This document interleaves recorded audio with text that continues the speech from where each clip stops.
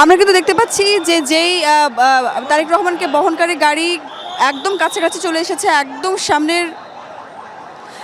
সামনে যেই গাড়িটি সেটি আমরা দেখতে পাচ্ছি। সেই গাড়ি বহরের সঙ্গে আছেন আমাদের আরেক সহকর্মী রেদওয়ান। রেদওয়ান, আপনি কি দেখতে পাচ্ছেন একটু জানাবেন আমাদের।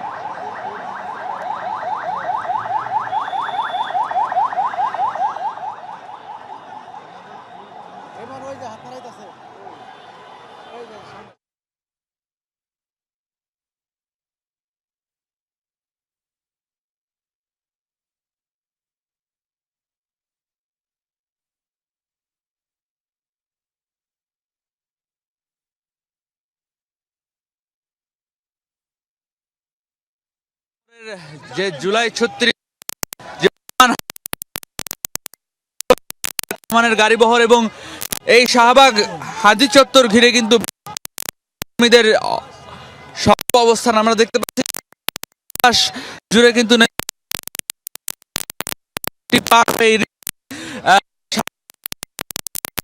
ঢাকা বিশ্ববিদ্যালয়ে প্রবেশ করছে তারেক রহমানের গাড়িবহর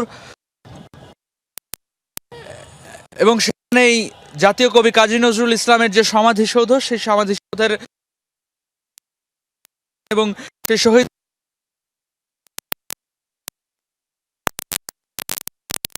চেয়ারম্যান তারেক রহমান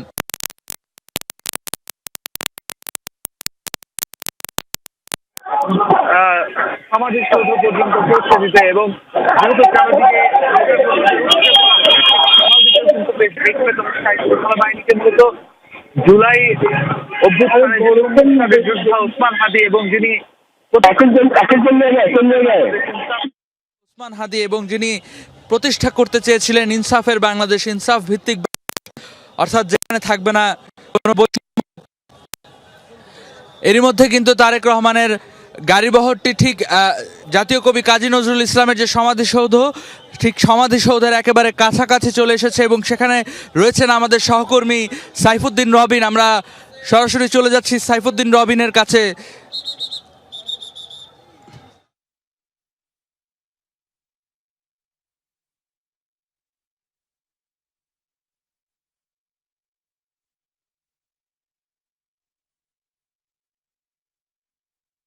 এই বিএনপির ভারপ্রাপ্ত চেয়ারম্যান তারেক রহমানের এই ওসমান হাদির কবর জিয়ারতের উপলক্ষে এখানটায় আসায়, অর্থাৎ শাহবাগে জাতীয় কবি কাজী নজরুল ইসলামের যে সমাধি রয়েছে ঠিক তার পাশেই শায়িত রয়েছেন ওসমান হাদি এবং সেখানটাতেই আসবেন বিএনপির ভারপ্রাপ্ত চেয়ারম্যান তারেক রহমান এবং সেই সঙ্গে ওসমান হাদির কবর জিয়ারতের পাশাপাশি তার কথা রয়েছে জাতীয় কবি কাজী নজরুল ইসলামের কবরও তিনি জিয়ারত করবেন। এবং এই উপলক্ষে বিএনপি মহাসচিব মির্জা ফখরুল ইসলাম আলমগীর ইতিমধ্যেই এসে উপস্থিত হয়েছেন।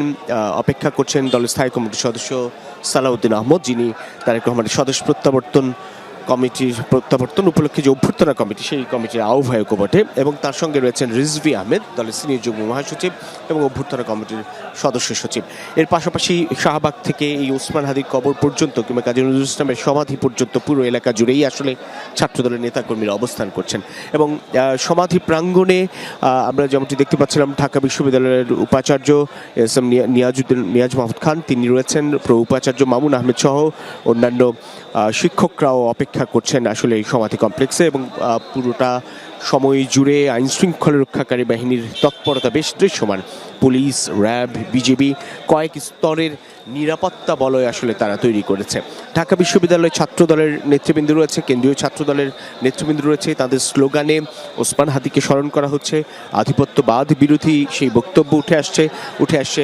তারেক রহমান সেই ঐতিহাসিক স্বদেশ প্রত্যাবর্তনের দিন যে বক্তব্য দিয়েছিলেন আমরা দেখতে পাচ্ছি স্পষ্ট বেশ তৎপরতা, তার মানে তারেক রহমানের গাড়ি বহরের সম্মুখ ভাগ এই সড়কে প্রবেশ করেছে এবং লাল সবুজের সেই পতাকা হাতে ছাত্রদলের নেতৃবৃন্দ আসলে স্বাগত জানাচ্ছেন বিএনপির ভারপ্রাপ্ত চেয়ারম্যান তারেক রহমানকে।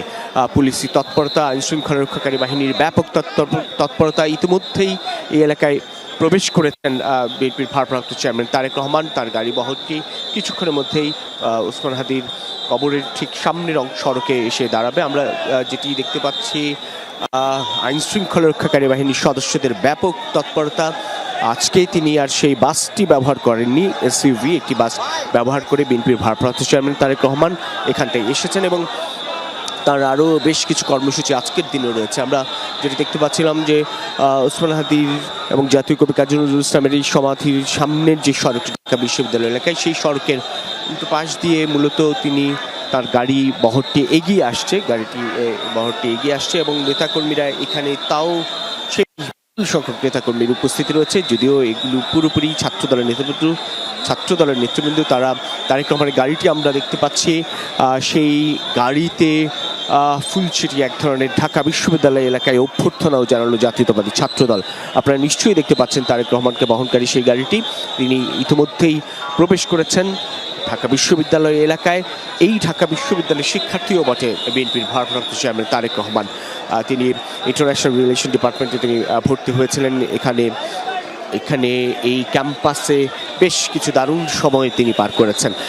সেই শিক্ষার্থী তারেক রহমান আজ দেশের একটি বড় রাজনৈতিক দলের নেতৃত্বে, এবং বাংলাদেশ তাকিয়ে আছে তার দিকে। নেতাকর্মীরা যেমনটি বলেন যে আগামীর বাংলাদেশ কেমন হবে বা বাংলাদেশের স্বাধীনতা ও সার্বভৌমত্ব কতটা অক্ষুণ্ণ থাকবে, সেটি অনেকটা নির্ভর করে বিএনপির ভারপ্রাপ্ত চেয়ারম্যান তারেক রহমানের উপরই। এবং সেই কারণেই তার নিরাপত্তা নিশ্চিত করার ক্ষেত্রে যেমন তারা বেশ গুরুত্ব দিচ্ছে, তার রাজনৈতিক গতিবিধি বা কর্মকাণ্ডের দিকেও তাকিয়ে আছে প্রত্যেকে।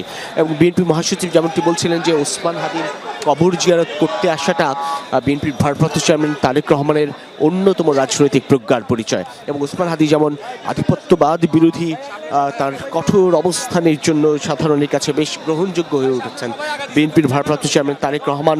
তারও ঠিক আগে তিনি তার সমাবেশে স্পষ্ট স্লোগানে বলেছিলেন সবার আগে বাংলাদেশ, অর্থাৎ বাংলাদেশকে প্রাধান্য দেওয়া বা বাংলাদেশকে প্রাধান্য দিয়ে যে জাতীয়তাবাদী রাজনীতি, সেই জায়গাটায় দুজনেরই দারুণ এক ধরনের মিলন রয়েছে বা মিল রয়েছে, সেটি বারবার স্মরণ করছেন নেতাকর্মীরা। এবং বিএনপির শিক্ষার্থী সংগঠন যেটি ছাত্রদল, সেই ছাত্রদলের নেতৃবৃন্দ বেশ উজ্জীবিত আজকের দিনে। আজকে যেহেতু ঢাকা বিশ্ববিদ্যালয় এলাকায় এসেছেন, সেক্ষেত্রে জাতীয়তাবাদী ছাত্রদলের কেন্দ্রীয় সভাপতি, সাধারণ সম্পাদক থেকে শুরু করে অন্যান্য নেতৃবৃন্দ প্রায় বেশিরভাগই ঢাকা বিশ্ববিদ্যালয়ের শিক্ষার্থী। তার ফলে তাদের এক ধরনের দারুণ উজ্জীবনা আসলে আমরা লক্ষ্য করছি ঢাকা বিশ্ববিদ্যালয়ের ছাত্রদলের নেতৃবৃন্দদের, যারা আসলে জুলাই আন্দোলনেও ব্যাপকভাবে সম্পৃক্ত ছিল এই ক্যাম্পাস থেকে আন্দোলন গড়ে তোলার ক্ষেত্রে এবং সাধারণ শিক্ষার্থীদের নিরাপত্তা নিশ্চিত করার ক্ষেত্রে। সেই জায়গাটায় সেই নেতৃবৃন্দ আজ তাদেরকে যিনি দিক নির্দেশনা দিয়েছিলেন জুলাই অভ্যুত্থানের সময়, বিএনপির ভারপ্রাপ্ত চেয়ারম্যান তারেক রহমান, তাকে সাদরে গ্রহণ করে নিচ্ছেন। এবং দুঃখ ব্যথাতুর হৃদয়ে তারা স্মরণ করছেন ওসমান হাদিকেও। ওসমান হাদি যিনি ইনকিলাব মঞ্চের মুখপাত্র, গত 12 ডিসেম্বর তিনি গুলিবিদ্ধ হন। এরপর 20 ডিসেম্বর তাকে সমাধিস্থ করা হয় এখানটাই জাতীয় কবি কাজী নজরুল ইসলামের সমাধি কমপ্লেক্সের ঠিক পাশে। আমরা দেখতে পাচ্ছি গাড়িটি এগিয়ে আসছে ক্রমেই, সামনে যে পুলিশ প্রোটোকলের বাহনটি সেটি পৌঁছেছে ঠিক যেখানটায় নামার কথা বিএনপির ভারপ্রাপ্ত চেয়ারম্যান তারেক রহমানের, সেটি পার হয়ে যাচ্ছে। এবং র্যাব, বিজিবি, পুলিশ প্রত্যেকের সতর্ক প্রহরা এবং সমাধি কমপ্লেক্সের বা জাতীয় কবি কাজী নজরুল ইসলামের এই সমাধিস্থলের যেই বাউন্ডারিটি বা সীমানাটি রয়েছে, সেটি কিন্তু যেমন তাদের উপস্থিতির মধ্য দিয়ে নিশ্চিত নিরাপত্তার মধ্যে দিয়ে রয়েছে। এবং সেখানে ওসমান হাদিকে দাফন করার পরপরই আসলে সেখানে আর সাধারণ মানুষের প্রবেশটুকু নিষিদ্ধ।